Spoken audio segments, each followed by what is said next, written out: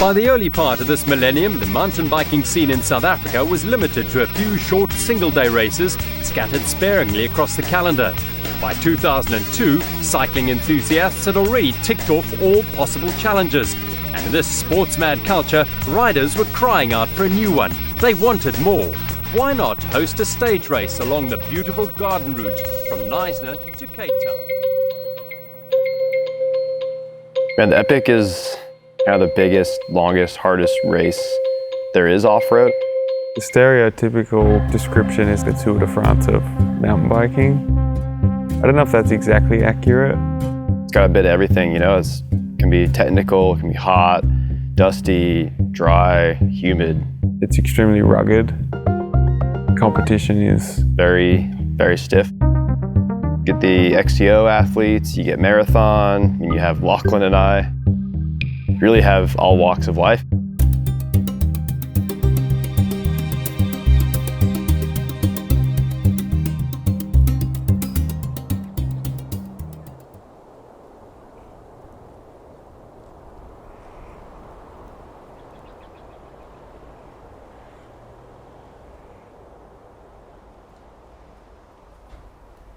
I would say I'm a relative newcomer. I've been racing mountain bikes about three years.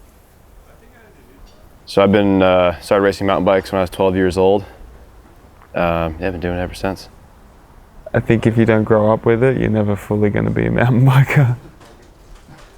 The first time Keegan and I met was in 2021. I'd done the WorldTour and then was racing Leadville. We found ourselves off the front and he proceeded to just absolutely smoke me.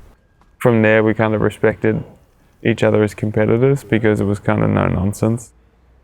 Yeah, I mean, I'd seen Lachlan win Tour of Utah way back, I don't know, like about 10 years ago now. You know, he started racing a bit of gravel, a little bit of mountain bikes, and he definitely brought like a little bit more validation to what we were doing in the US. Yeah, I've always respected him for what he's done. I'm gonna shave these pins down. Race time. Get the hair off. A few marginal gains.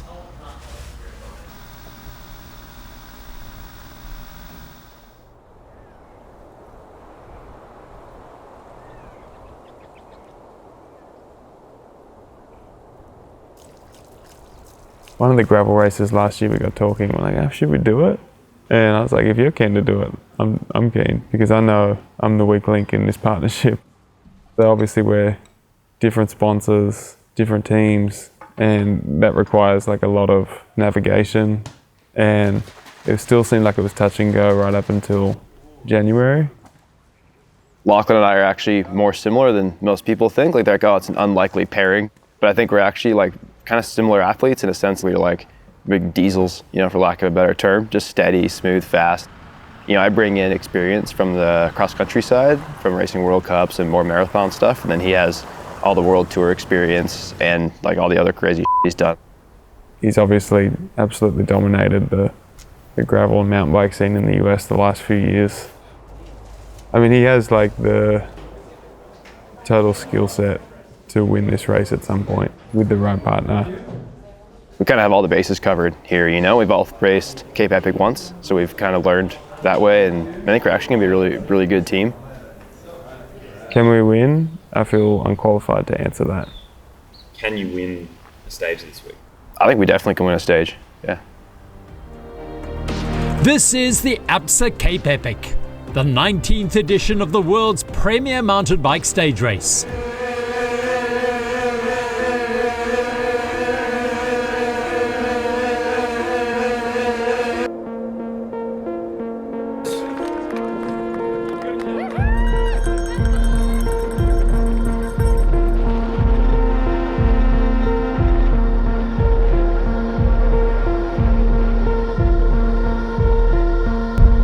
It is very much a partner race, and you're only as strong as your weakest link at the end of the day. I was nervous for the prologue because it's a short effort. Typically that's what I struggle with a lot. Just knowing I would be the weaker link scared me a bit, but then I was like, you're just copping out here, like just commit. We started with 10-15 minute climb right out of the blocks. We hit that hard and like I was swinging just by the time we got to the top. And then once we hit the last third of the course, I was hanging on for dear life to the finish on the Keegan train.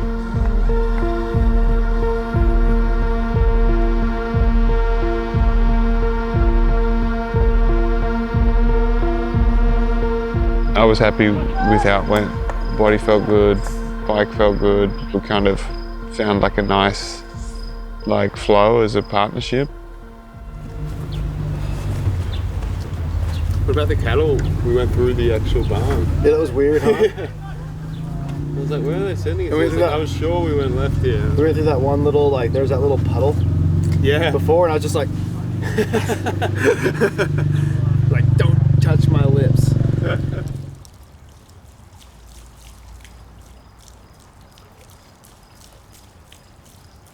Where we should shine is later in the week when people are tired. So trying to manage our efforts well when, these big dogs are all fresh and hitting hard.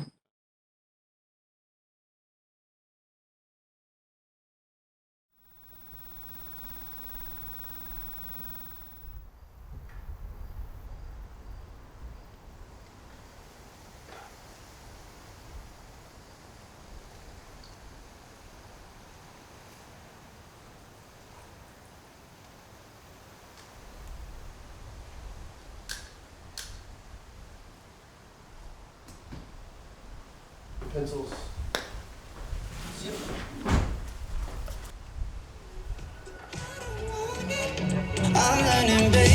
So as usual, quite quiet in the elite bunch this morning, always is on the first stage. A few nerves are playing. Some copies of it.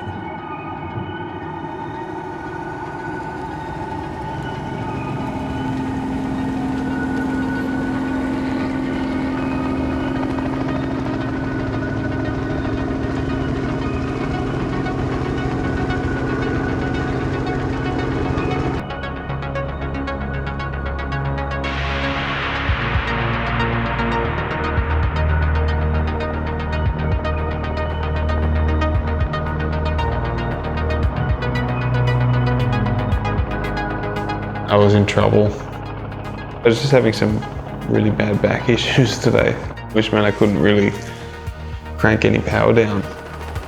It was a little bit frustrating to not be able to execute on months and months of training and preparation, but that considered, we kind of limited our losses decently well. I just had to go into the pain cave and just basically suffer like a dog for 3.5 hours. I know what it's like to have to wait to kind of watch the race that you could be in kind of right away, be anchored down to someone who can't be there. And to be the reason that they can't, you just feel bad. Didn't go great today. Lachlan started to slow down a bit. He ended up having trouble with his back, which at the time he didn't tell me. He just was suffering, and it's just tough mother.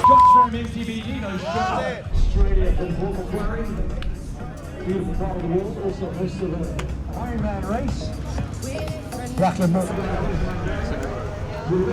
Still a lot of wind.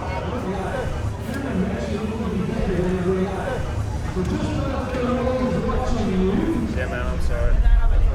Sorry, man. Well, should we catch the wind?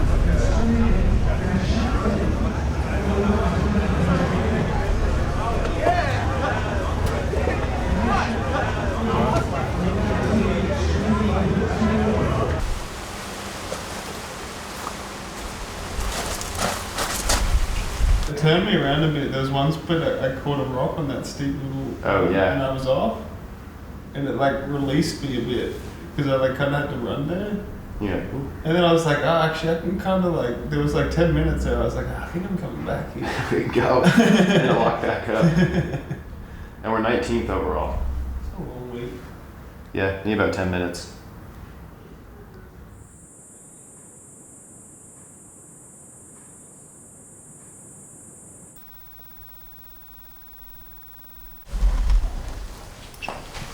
Bad day to wake up late.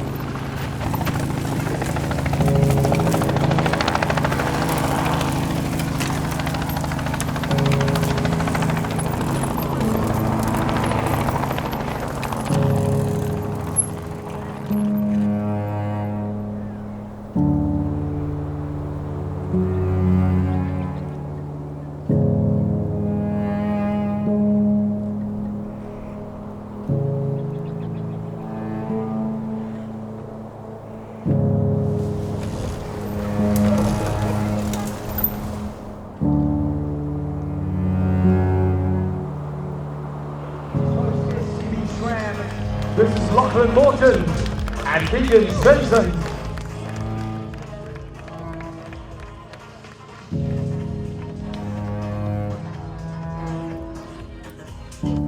Rock Megamore, Jose Diaz representing Portugal from the Netherlands, Hans Becking. Ismael Ventura and Guillaume Cassou, Spanish and French riders all mixed together. One French rider in that triumvirate of Spanish riders. I think I know where we could be, and it's just like frustrating to just be suffering more to be further back. At the end of the day, like, you just want to go all in and see where you get, you know, otherwise what's the point in you coming and entering the race, you know? That's harder to deal with because you kind of expect something from yourself and then you just like come up short and you don't have any explanations as to why. It's also one of those things you realize you're like, okay, maybe I'm just like, don't need to race at this level anymore. Maybe I don't have it in me.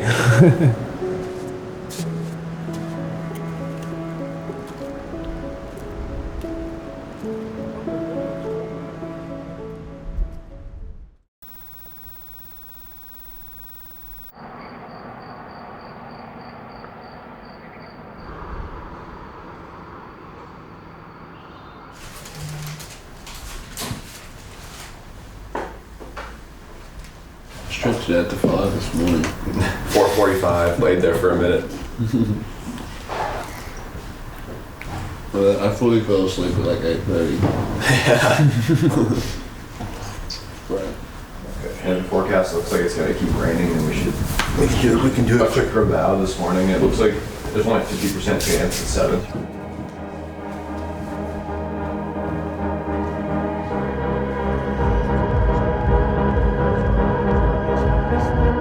I actually felt like I'd been run over by a truck this morning. It was the first morning I wanted to just like keep sleeping. Tried to reset a bit after yesterday. Stopped thinking about the race. We knew these last few stages would suit us the best. So just tried to come in and forget about everything before and just see what we had on the day.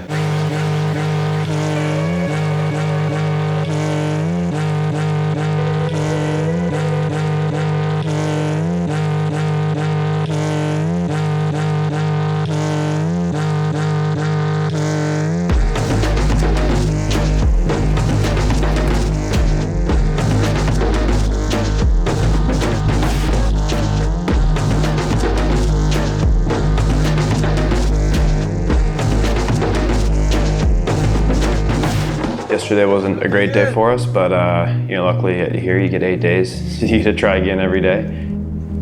I knew today probably would suit us pretty well. Then with the conditions, I was like, I think it'll be a good day.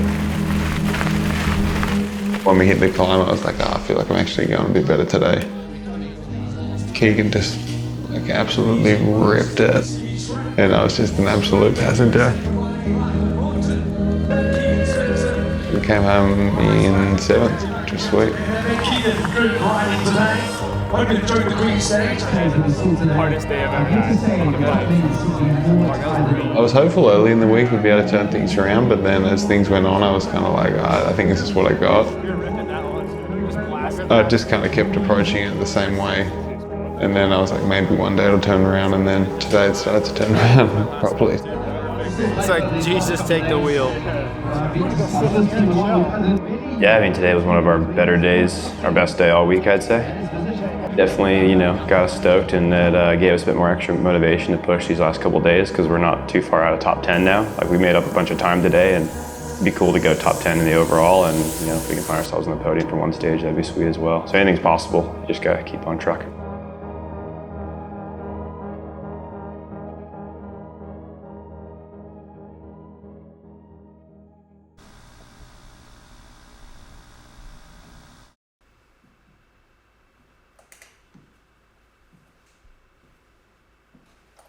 Get the washing off. Gonna need that. See where I'm going.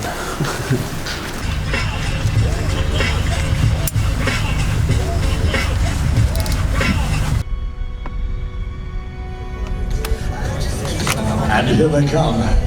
Welcome to the start line of Stage 6, Day 7 to our UCI men's teams. Please make sure you get your Spanish devices with you.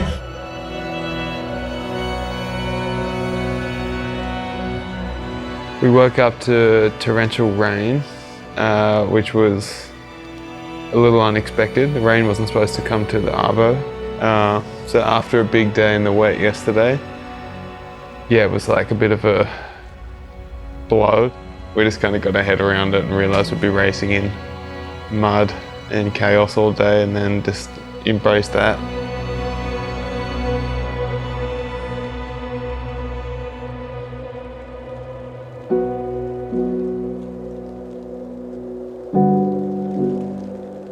The race just split to pieces. We kind of pushed forward to the group that we knew would be kind of fighting around the top 5, which I pushed quite hard to get there. I knew my legs weren't feeling great, but I was like, it could turn around. And I kind of ran out of legs and we had to let them go. And then it kind of switched to, all right, I just need to get whatever I got. And that kind of involved us just like letting off the brakes a bit on the downhills.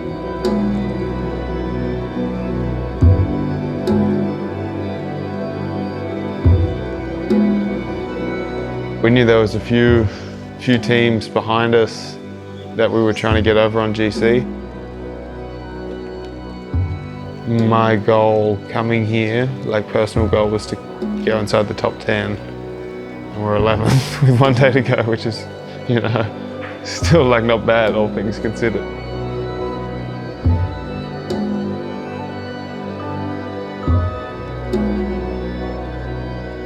It's cool to be towards the end of the week and you're like, all right, we are at the pointy end of the field, even if it's not at the sharp point.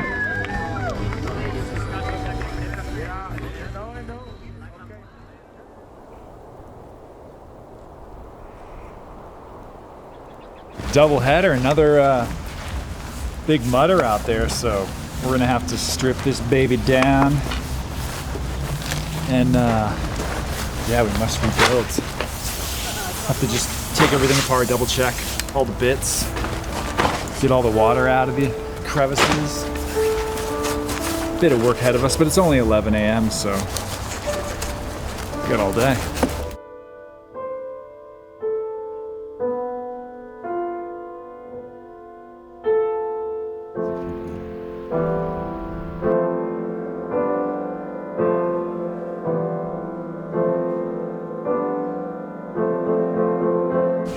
Ready to rock it one more time. I thought we had like 2 more stages. Today is the last day of school. Come on. Last day of school. Let's get out of here. No more homework.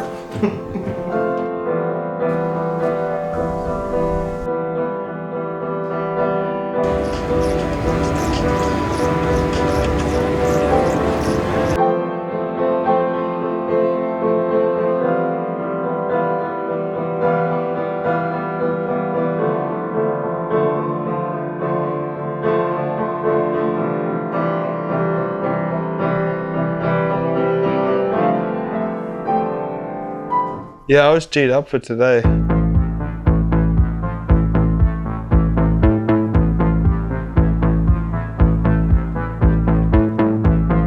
The race for the top 10 was like wide open. Race started and my legs just weren't there, which was like frustrating because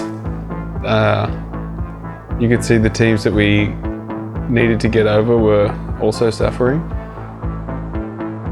No, yeah, the final stage of Cape Epic was a pretty brutal stage. The last couple of days have been quite hard, just with like, you know, extra work with the rain and you're kind of pushing all day. The team who was in 10th, one of their riders was dropped really early. So we're like, all right, I know we can get over these guys. We just need to put 5 minutes into them, but I'm like at my absolute limit here. Man down.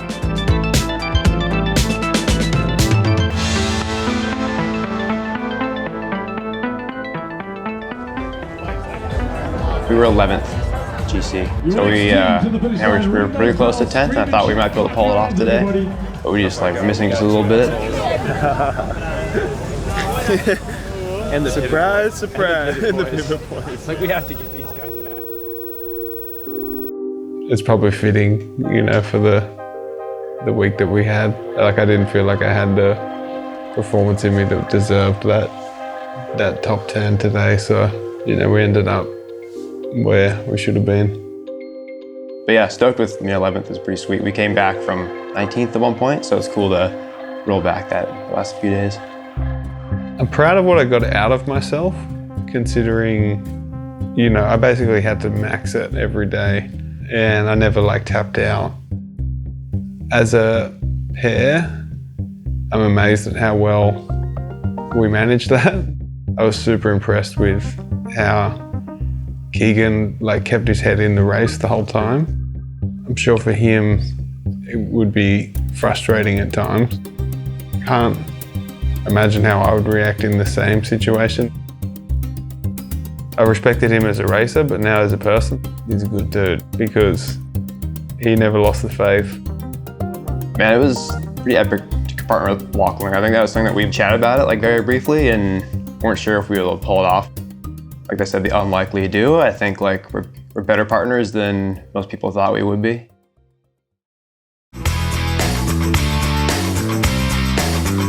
Competitors and machines were tested in the cold and the rain. Riders and indeed spectators were inspired after crossing the line at Spear Wine Estate. Online entries for the following year's race opened later that year in June, and within 5 hours the slots had sold out. The Cape Epic bug had bitten.